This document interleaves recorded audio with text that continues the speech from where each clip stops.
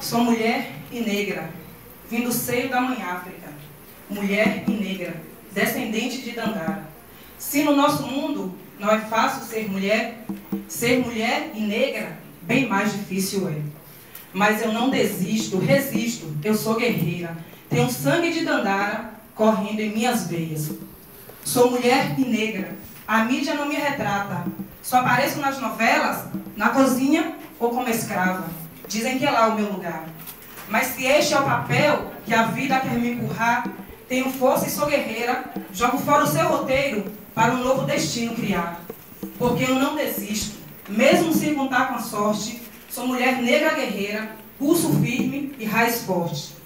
Você é mulher negra, ponha-se em seu lugar, garanto seu sustento se em minha casa trabalhar. A preta saiu da sua cozinha para a sua própria sala de estar. A preta deixou o chão da sua sala e foi para a sala de aula estudar. Nas suas convicções, a preta deixou de acreditar.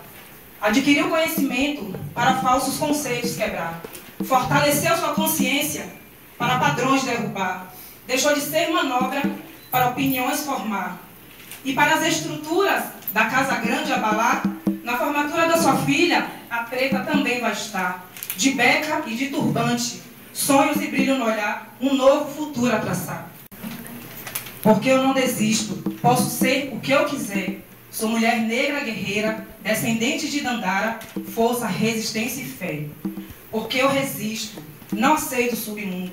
Sou mulher negra guerreira, tenho sangue de Dandara e quero dominar o mundo. Sou mulher e negra, linda, forte e guerreira. Sou muito mais que uma mulata globeleza. Minhas curvas sinuosas têm bem menos valor que as marcas na minha pele que a história tatuou.